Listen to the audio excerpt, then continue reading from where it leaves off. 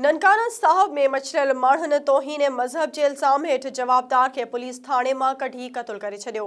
वाक़ियो ननकाना साहब के इलाइक़े वाबरटन में पेश आयो, जिते मछलियल माण्हुनि पुलिस थाने ते चढ़ाई करे तौहीन मज़हब के इल्ज़ाम हेठ आयल जवाबदार के पुलिस थाने में कढ़ी तशद्दुद करे क़त्ल करे छॾियो। होॾां SHO समेत पुलिस एहलकार पंहिंजी जान बचाइण लाइ थाने में भॼी विया।